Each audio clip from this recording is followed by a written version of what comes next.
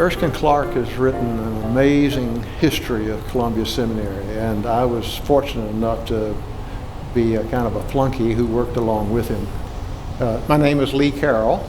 I am a son of a Presbyterian church. I grew up in a little community of Laurel, Mississippi, and went to college at Rhodes College in Memphis, and then transferred to the University of Southern Mississippi, where I finished. I had a wonderful experience of doing that work with Erskine, and this is a serious disclaimer. Erskine is the author of the book. I just simply helped gather some of the materials that he used, and we spent some time looking at the chapters as they were coming out and so forth. I think the book that he is presenting to us is going to be a very helpful critique of the old historical context of Columbia Seminary, where we came from, what our roots were. It shows something of the power of the Old South and that mentality upon the life of this institution for many, many years, and why it was so difficult to escape from the grasp of that kind of way of thinking. Came directly to Columbia Seminary after college, and following that was 15 years in the parish, and then in 1983 came to Columbia to join the faculty, where I remained for about 26 years until I retired in 2009.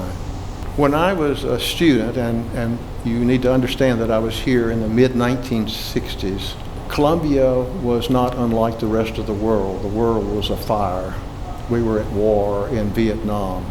The nation was struggling with the issue of civil rights. And so there were all sorts of issues that were at work in the life of the world. And those also were a part of the life of the church and also Columbia Seminary. And so those were years of transition at Columbia Seminary. When I was here as a student, there were many faculty people who valued the values of the Old South and wanted to hold on to that desperately. And then there were other newer faculty members who were ready to make that a change in that. They wanted to see us move into an era in which the church was at work in the world in more significant ways, where the church was engaged in issues of social justice, where racism was not so much a part of the institution as it had been in those earlier days, etc. But my education was as varied at Columbia as the faculty were. There were some very, very conservative faculty, people that were, as I said, holding on to the values of the Old South that I found, frankly, irrelevant to what I was trying to be and to learn.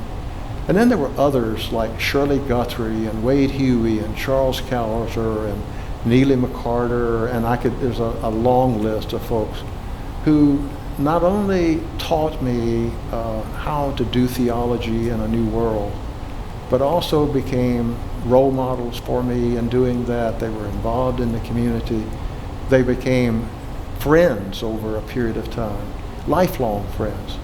I was, in those days, seeking some congruity between what I understand the scriptures to say and what I was understanding the church to be saying about some of the hard issues of our day, particularly the issue of race. And I found that kind of congruity at Columbia Seminary. It was a good preparation for me.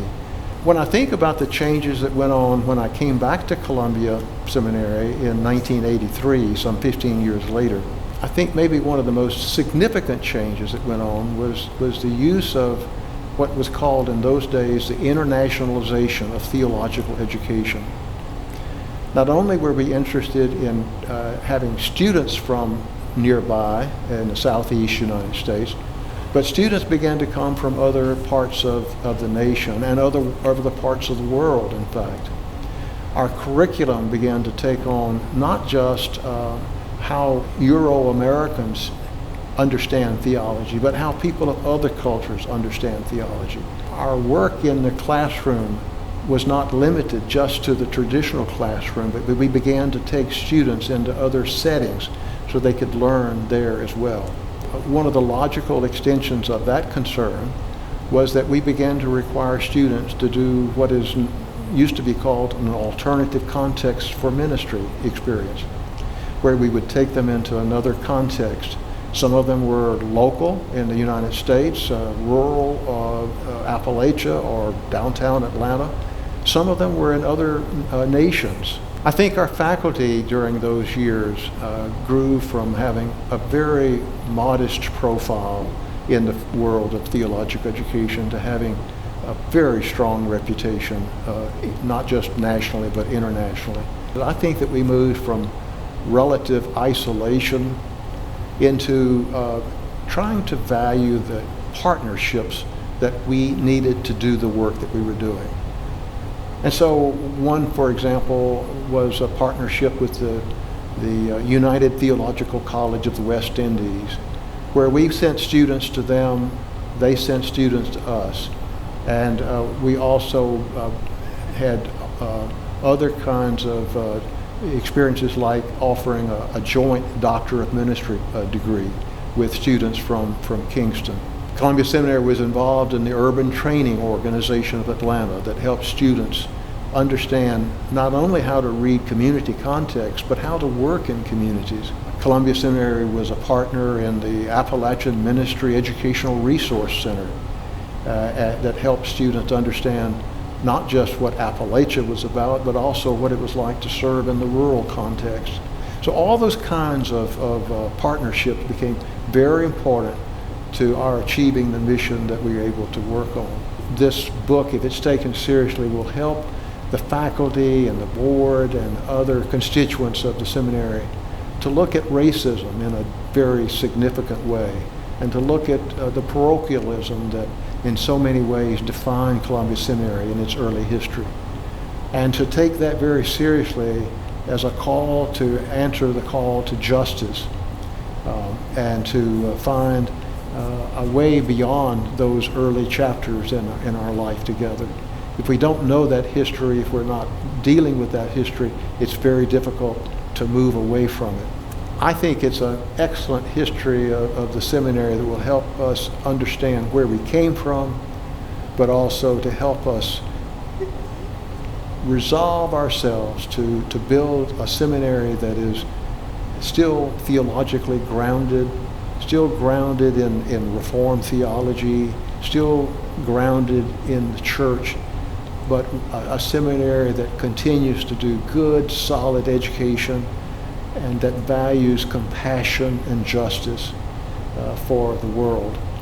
And so all of those things are a part of what comes out of understanding that history for me. And Erskine Clarke has done this amazing job of capturing all of those dynamics that were part of where we came from and what it means as we look into the future. What a gift to the church, and particularly to Columbia Seminary.